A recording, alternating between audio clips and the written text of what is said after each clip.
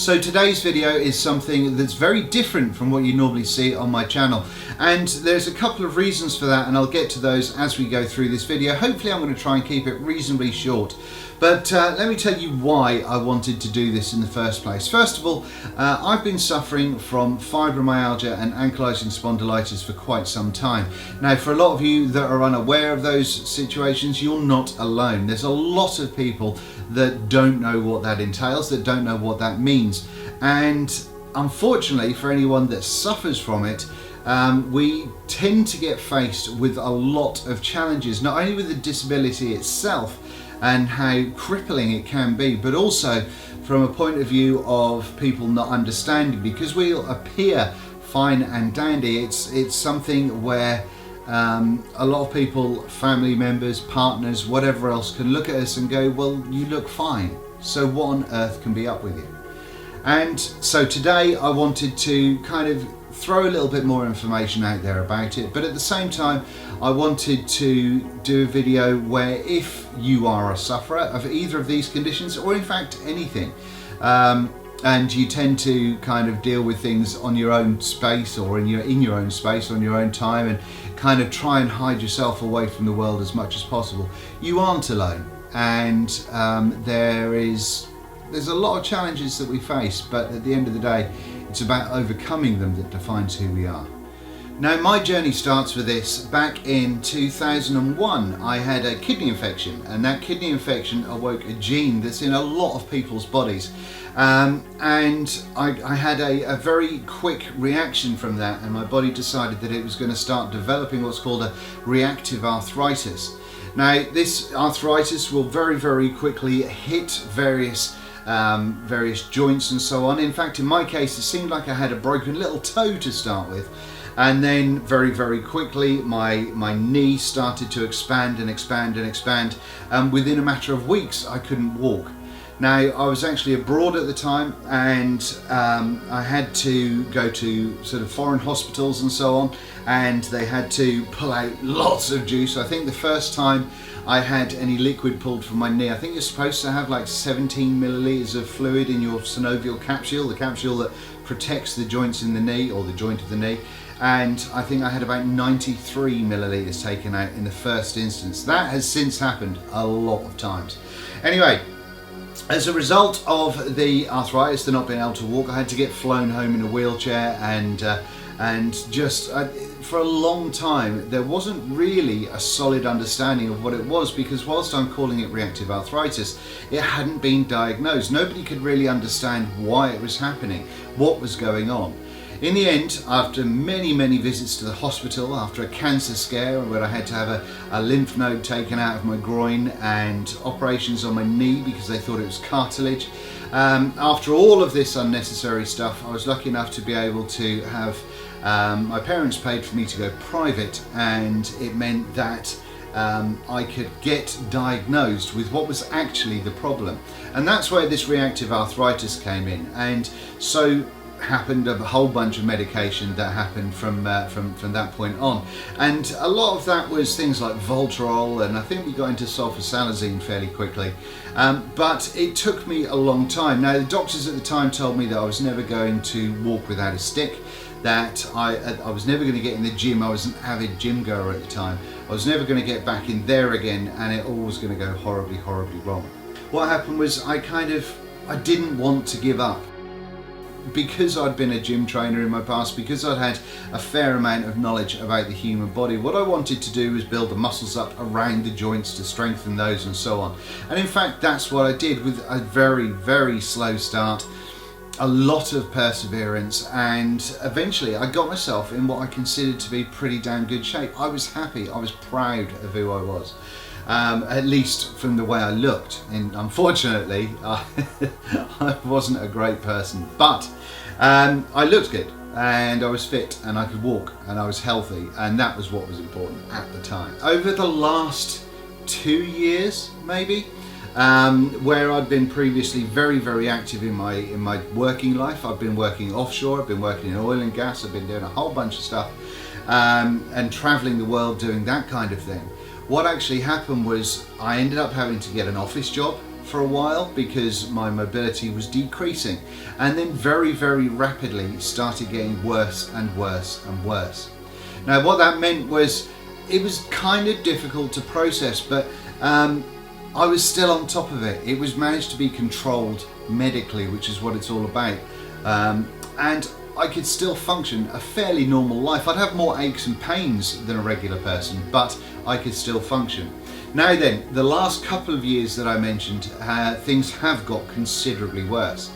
Now what this means is that my joints tend to not really enjoy working. The joints that it affects for me are all of my feet, my ankle. I say all of my feet, I've got loads of them, but I mean 2 feet, but the whole foot. So all of the joints in the foot, the sole of the foot. So sometimes it can feel like when I put my foot down on a flat surface, there is no skin on there, and it's just that flat surface is just attacking the ball and heel of my foot, and all the nerve endings, and it's agony. It truly is. But then it goes to the ankles.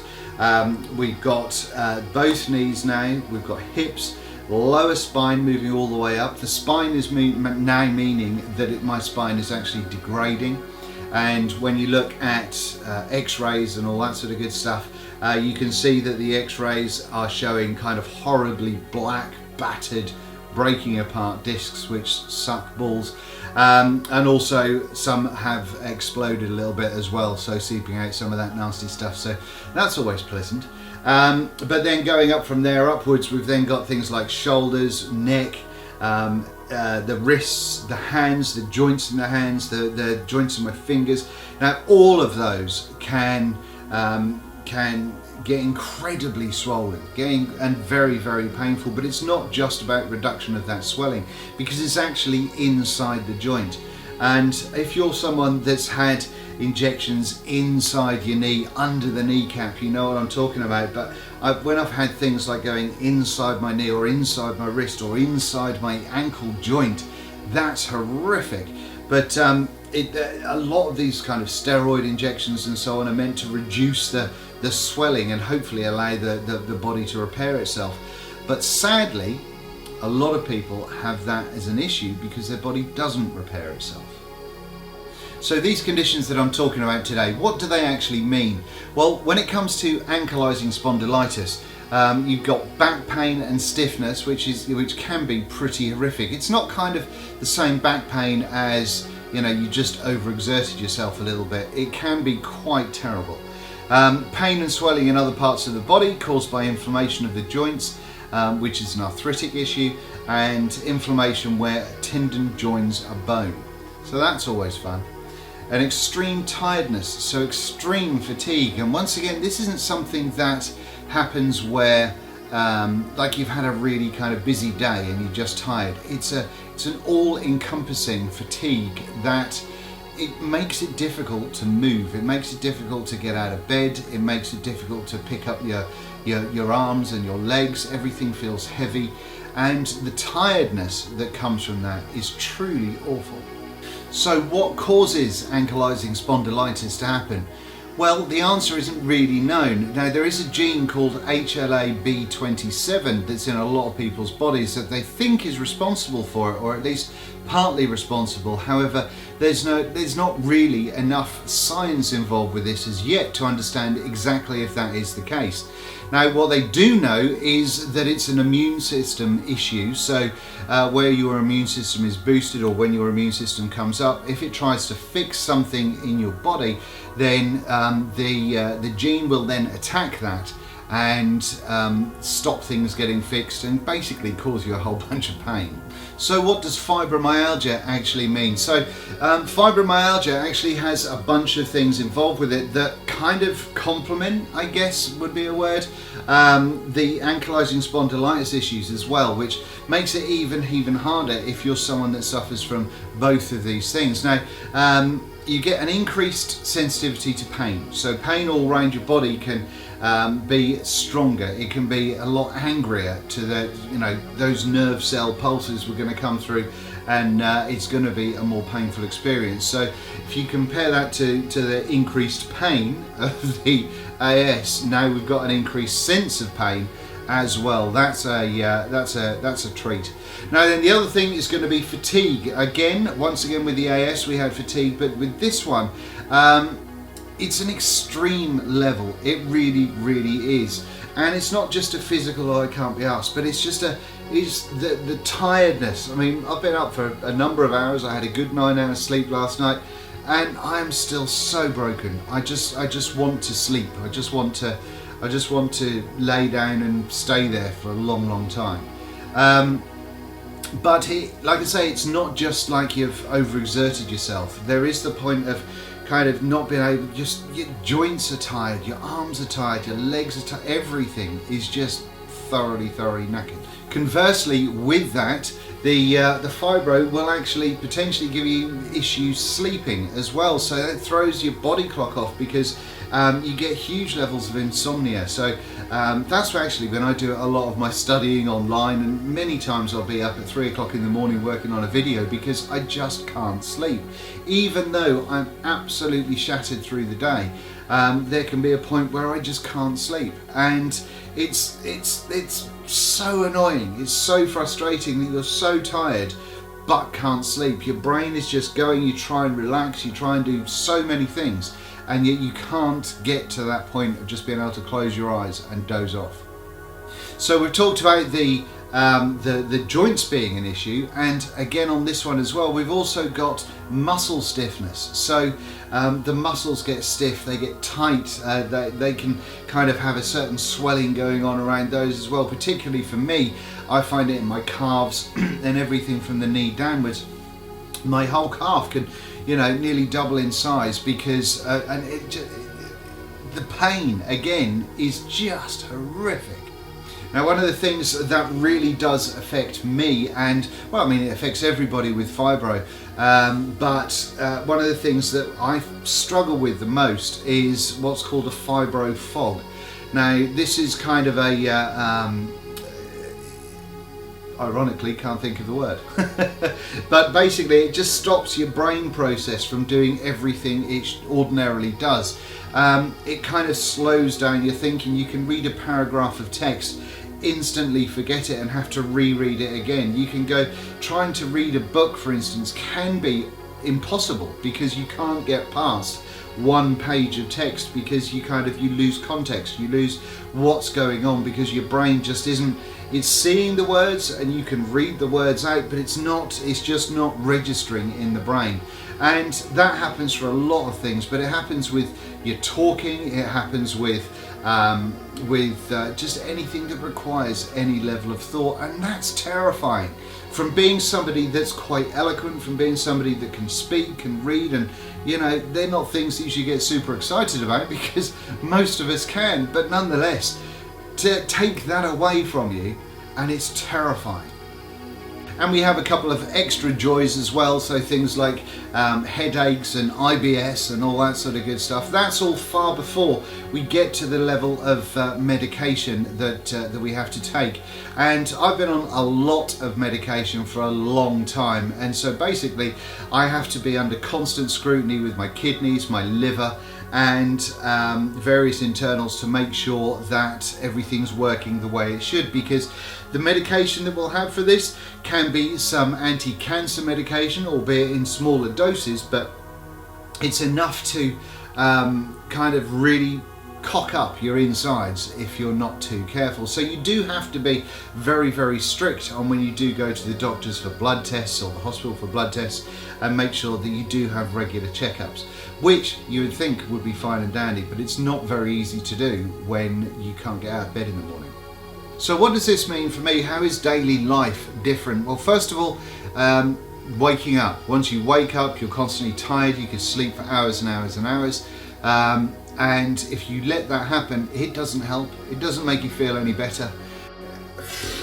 There are so many challenges, it's obscene. Now I'm going to tell you about my challenges that I face, but there are people that have much lesser of an issue, and indeed people that have much more. And so where I'm sitting at the moment is terrifying. I'm terrified of my current situation. I feel explaining it to you guys may be somewhat cathartic for me, but also let you know that you're not alone if you're suffering from a similar thing. Now, the reason I'm telling you about the issues that I'm facing is because that's all I can really talk about, because it's how I'm experiencing these diseases. And there are people that will have less and there are people that will have more. But for me and where I am at the moment, it's truly terrifying. And the speed of which it's progressed is truly upsetting on a personal level. But if I take you through my day and help you kind of understand some of the challenges that I'll face, then hopefully that will give you an idea. So first off, in the morning, waking up, first of all, I'm extremely tired, regardless of how much sleep I've been able to get that night. Still absolutely shattered. There is never a feeling where I wake up in the morning and I'm refreshed and bright and ready to take on the world. The limbs are desperately heavy and challenging to move, and that's before we start getting into anything that's painful. If I've been laying down on my side, as you would when you're asleep, for any period of time, then one of the extras that I have with my illness is pretty much a constant feeling of broken ribs. So whilst it's horrible when you cough or sneeze or whatever, a lot of the time during the day, in the morning, it can prevent you from turning over in bed, let alone trying to get out of bed. So just to turn over from your left to your right side can be near impossible. However, because of the pain in the joints of the shoulders, for instance, that you have to turn over. And there has been instances where I've had to have help from my wife to get me just to turn over in bed, and that's truly embarrassing. Once I can actually get out of bed and get to a point after maybe getting my legs on the floor and then using sticks or my face to try and push me off the bed, then it's kind of normal business ensues, in as much as you try and wash and shower and brush your teeth, and if you can't move your shoulders, or your hand and your wrist is so painful you can't hold anything, or you can't reach to anything, trying to wash an armpit can be the most difficult, most painful thing in the world. Then not being able to twist when you're in the shower, incredibly difficult to deal with. Yes, there's lots of things that we can use with regards to sponges and loofahs and stuff, but there are a lot of those challenges which just cause so much pain, and it's the agony of daily life that's the most challenging. You then have to kind of get to a point of going, right, let's get on and do something. You have two choices, or at least I feel I had two choices. One is to give up, to go back to bed, to stay there, to lay on the sofa and do nothing and not move, and just lose all interest in life. Now that for me is not an option unless I'm having an incredibly bad day. Option number two is the one that I will go for 9 out of 10 days of the week, and that's because I need to do something. I can't work because of this. The fatigue, the brain fog, the irregular sleep patterns, the inability to kind of wake up at a normal time, all of that sort of stuff stops you being able to do a normal job. And because of that, I've had to try and find something over time that I can put my heart and soul into, that can give me a focus, can give me a reason to get out of bed, and to give me something to kind of force my brain to deal with, rather than having to sit here and just constantly be upset about how shit I feel. So for me personally, what I do is I have my YouTube channel. I'm an avid photographer, although not a very good one at the moment. But for me, creating a video, creating reviews, creating something that I can share with the world is very, very important. Not because it kind of gives me any level of notoriety in the area that I work within, but it's because it gives me personally a reason to get out of bed. It gives me something that I can set myself a goal for and I can achieve something. So when disability is forcing me down, it's big fucking heavy boot is on my head and forcing me into the mud, I can still find the energy to stand up and say, no, I will achieve something today. Once I've managed to create something, I'm much happier that I've had just one more day where I've not let this illness beat me. During that process though, getting out of a chair can be the most awkward thing in the world. It's incredibly painful, and without having a wrist that you can support yourself on, or shoulders that work, or legs that work, or a back that works, just trying to get out can be as embarrassing as it is painful. Not being able to hold a kettle, not being able to grasp a kettle to pour a cup of tea because your wrist doesn't work. It's a basic thing in life you should be able to do, but not every day something that I can do.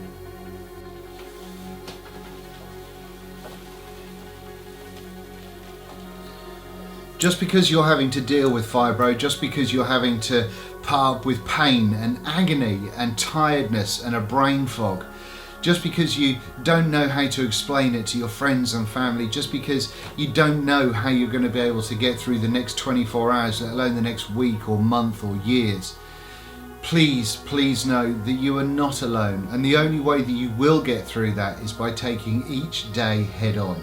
You have to find yourself goals. You have to find some way of achieving some small thing as often as possible, on a daily basis if you can, because by doing that, then you'll realize that you are worthwhile, that you can do stuff, you can still be productive, but most importantly, that the illness does not define who you are. Thanks for watching.